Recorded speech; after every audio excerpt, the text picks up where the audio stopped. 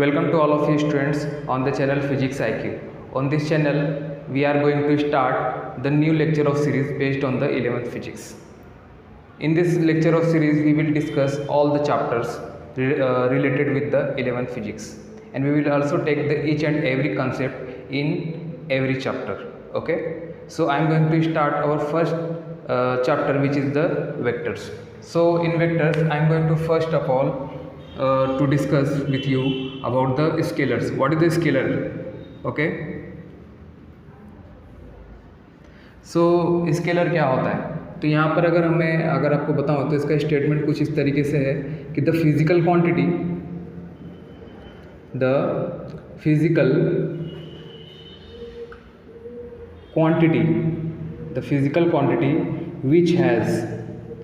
which has only magnitude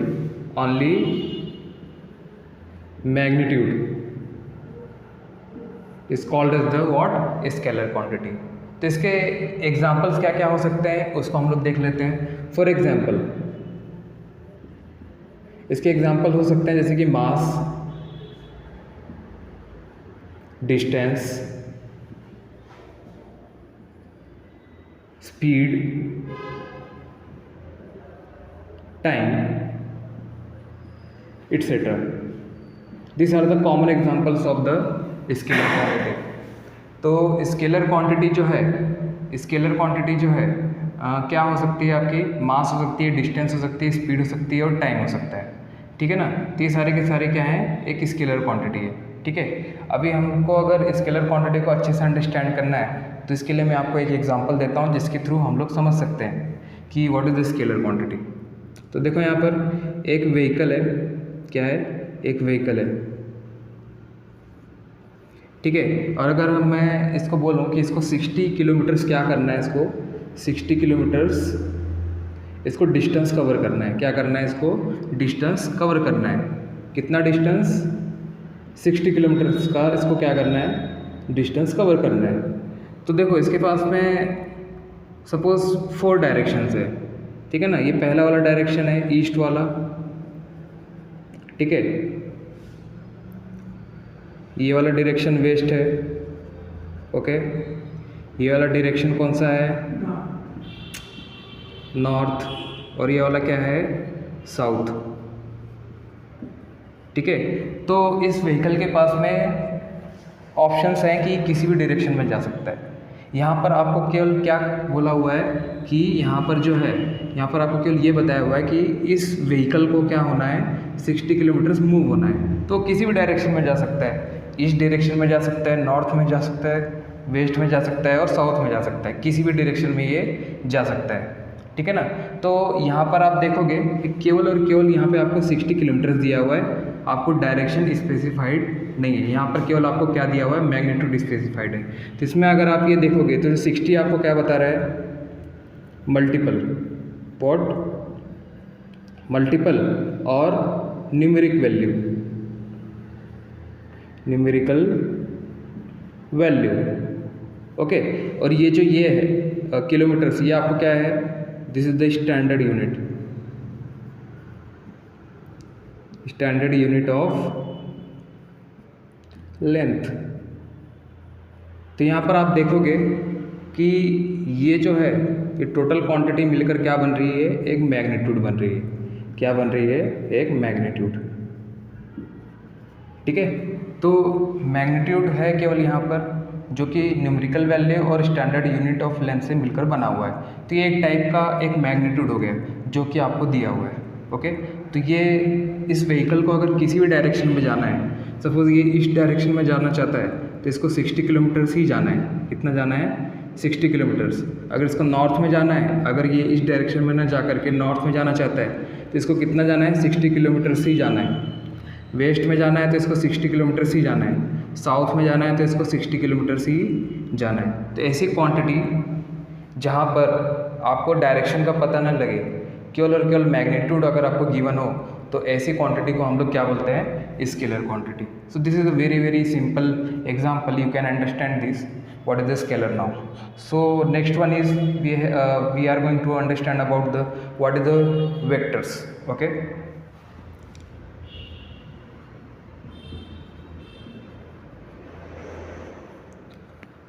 the statement is the physical quantity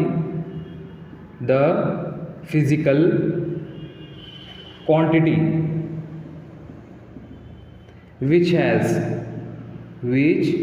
has magnitude, what magnitude, as well as direction also, what direction also, is called as the vector quantity. For example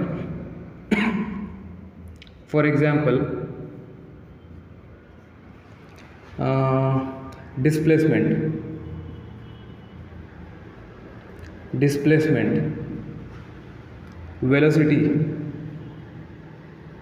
acceleration, force, torque, etc. are the common examples of what? A vector quantity. Okay, so you can see here the vector quantity is what? The physical quantity which has magnitude as well as direction also. ठीक है, तो यहाँ पर मैं जो हमने जो पिछला वाला एग्जांपल देखा उसी को हम लोग कंटिन्यू करते हैं। तो सपोज़ मैंने आपको यहाँ पर एक व्हीकल बताया हुआ था, ठीक है, एक व्हीकल बताया हुआ था, ठीक है, और इसको मैंने बताया हुआ था कि इसको 60 किलोमीटर्स क्या करना है, इसको मूव करना है। क्या करना है? इसको 60 किलोमीटर्स इसको मूव करना है। तो ये आपको एक मैग्नीट्यूड दिया हुआ था। क्या दिया हुआ था आपको? मैग्नीट्यूड, ठीक है, ये आपको मैग्नीट्यूड दिया हुआ था। अब मैं आपको बोलता हूँ कि इसको क्या होना है, इसको वेस्ट से ईस्ट में क्या जाना है, इसको मूव करना है, ठीक है ना। तो अब देखो मैंने यहाँ पर आपको क्या बता दिया? डायरेक्शन भी बता दिया। क्या बता दिया आपको? डायरेक्शन भी बता दिया। तो वेस्ट से ईस्ट जाने के लिए इसको कुछ टाइम भी लगेगा। सपोज इसको टाइम लगा 2 आवर। कितना टाइम लगा इसको? 2 आवर, ठीक है ना। तो ये क्या वेलोसिटी के साथ में मूव करेगा? फिर ये करेगा 60/2 means 30 kilometres per hour. 30 kilometres per hour की स्पीड से इसको चलना है। तो यहाँ पर देखिए ये जो वेलोसिटी है, ये वेलोसिटी आपको क्या बता रहा है? ये इसकी स्पीड बता रहा है, ये इसकी वेलोसिटी बता रहा है, जिसके अंदर 60 किलोमीटर्स क्या है? डिस्टेंस है, और 2 मीटर्स है जो कि उस टाइम इंटरवल में वो 60 किलोमीटर्स क्या कर रहा है? कवर कर रहा है। तो 30 किलोमीटर्स पर आवर ये इसकी वेलोसिटी हो गई। तो यहाँ पर आप देख सकते हो वेलोसिटी क्या है? एक वेक्टर क्वांटिटी है। क्या है? वेक्टर क्वांटिटी है। तो ऐसी क्वांटिटी जिसके पास में मैग्नीट्यूड के साथ साथ डायरेक्शन भी होता है। क्या होता है? मैग्नीट्यूड के साथ साथ डायरेक्शन भी होता है, उसको हम लोग क्या बोलते हैं? Vector quantity. सो अभी हम लोग देखते हैं कि representation of any vector. Okay,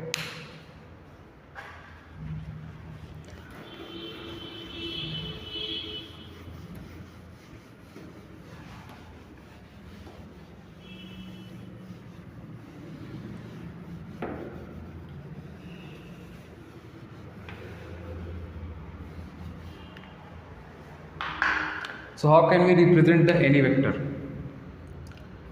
Representation of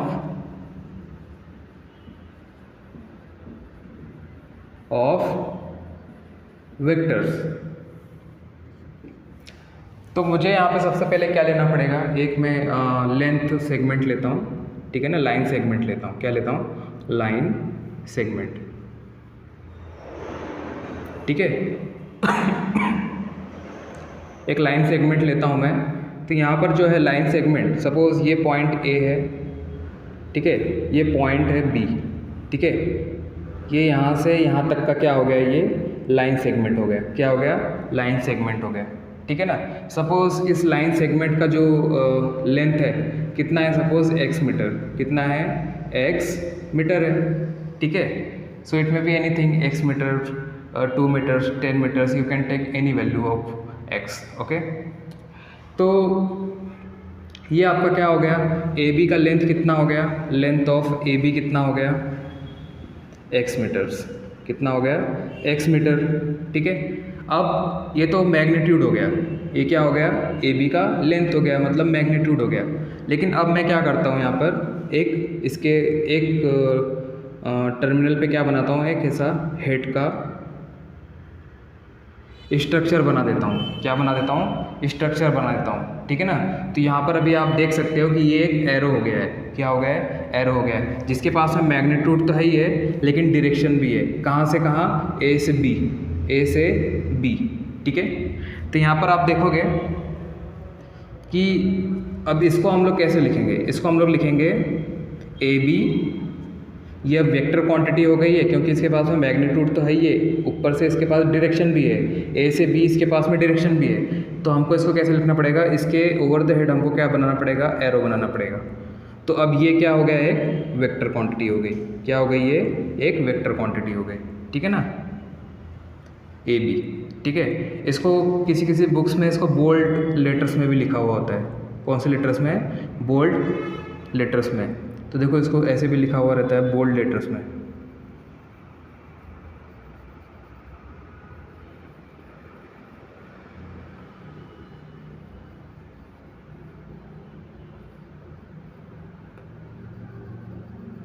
तो ऐसे बोल्ड लेटर्स में भी लिखा होता है, बोल्ड कैपिटल लेटर्स में, बोल्ड कैपिटल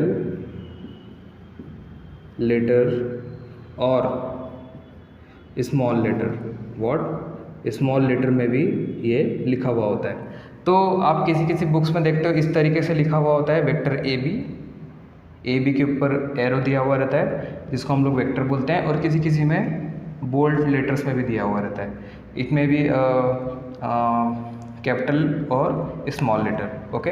तो इस प्रकार से हम लोग किसी भी वेक्टर को क्या करते हैं? रिप्रेजेंट करते हैं। क्या करते हैं? रिप्रेजेंट करते हैं। तो ये जो है, ये जो हमने लिखा हुआ है, it is the basic way to write the any vector, okay. It is the basic way to write the any vector, ठीक है। अब इसके बाद हम लोग चलते हैं टू डिस्कस करते हैं कि वेक्टर्स के टाइप कौन कौन से होते हैं, okay. What are the main types of vectors. और हाँ, इसमें एक चीज़ और, ये जो पॉइंट है,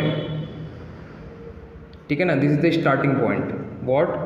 starting point, okay. And this is your what? Terminal point, what? This is the terminal point of vector, terminal point, okay. So this is the starting point of the vector and this is the terminal point of the vector, okay. Remember these things, this is the starting point, this is the terminal point, okay. From where the vector starts, this is the starting point, and where the vectors is going to terminate, this point is what? Terminal point, okay. So I am going to discuss with you about the types of vectors. So what are the types of vectors?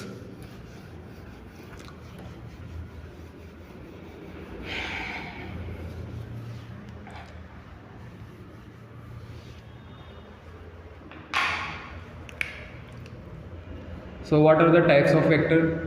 Types of vector.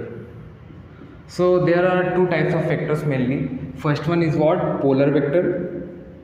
What? Polar vector. And second one is what? Axial vector. What? Axial vector. तो इसको अभी हम लोग one by one करके इसको understand करेंगे। सबसे पहले पोलर वेक्टर्स का स्टेटमेंट क्या है? The vector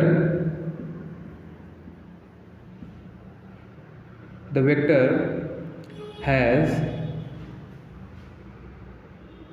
a starting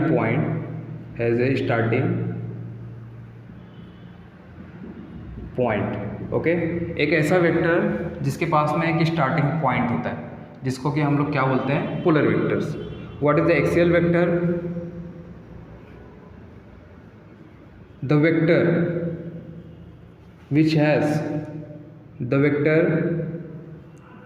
which has along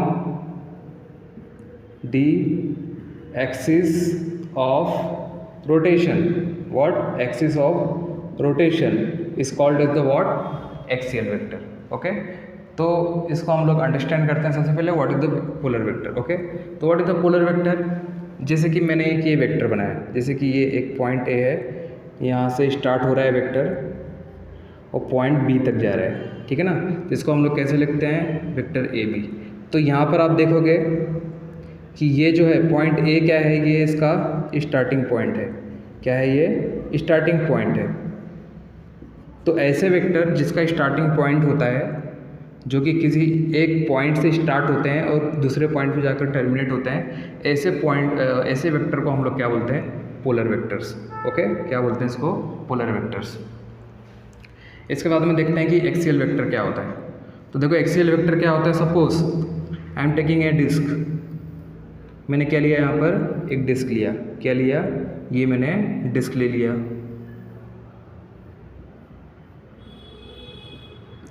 अब ये जो डिस्क है ये क्या हो रहा है, रोटेट हो रहा है। क्या हो रहा है, ये रोटेट हो रहा है। ओके, तो ये जब रोटेट होगा तो किसी एक्सिस के अलोंग में रोटेट होगा। क्या होगा, किसी एक्सिस के अलोंग में क्या होगा, रोटेट होगा, ठीक है ना। तो इसके इस एक्सिस के अलोंग में जो वेक्टर होगा, सपोज ये वेक्टर था वेक्टर ए बी और ये है वेक्टर ए बी जो कि अलोंग दिस एक्सिस है। तो इस एक्सिस के अलोंग है और आपको पता है एक्सिस तो इन्फिनिटी तक हो जाता है। तो हम लोग इसमें कोई बता नहीं सकते कि कौन सा पॉइंट कहाँ से एक्सिस स्टार्ट हो रहा है, कहाँ पे टर्मिनेट हो रहा है। तो वैसे ही इसके अलोंग में जो वेक्टर होगा उसका भी हम लोग स्पेसिफाई नहीं कर पाएंगे कि इसका स्टार्टिंग पॉइंट कौन सा है और टर्मिनल पॉइंट कौन सा है।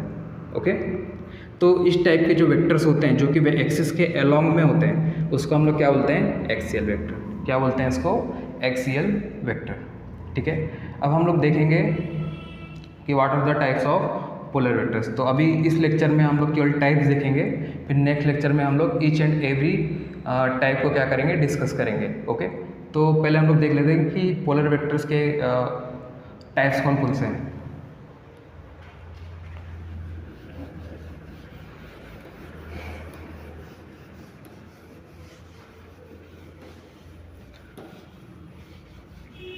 ठीक है, तो यहाँ पर देखो टाइप्स ऑफ वेक्टर मीन्स किसके, पोलर वेक्टर, किसके, पोलर वेक्टर्स के टाइप्स। तो देखो कौन कौन से होते हैं इसके। तो पहला होता है आपका कोलिनियर वेक्टर। दूसरा होता है आपका पैरेलल वेक्टर। क्या होता है, पैरेलल वेक्टर। तीसरा होता है आपका anti parallel vector. What, anti parallel vector. Okay, what is the fourth one, equal vector. What, equal vector. What is the fifth one, it is negative vector. What, negative vector. What is the sixth one, it is what, it is coplanar vectors. What, coplanar vector. And seventh one is what, it is the position vector. What, position vector. And eighth one is what, displacement vector. What, displacement vector. Displacement vector. So you can see that these are the types of what, these are the types of vectors which is generally is the polar vector. And these are the types: collinear vectors, parallel vectors, anti-parallel, equal, negative, coplanar, position vector and displacement vectors. Okay, these are the possible types of vector we have seen here. Okay, so in this lecture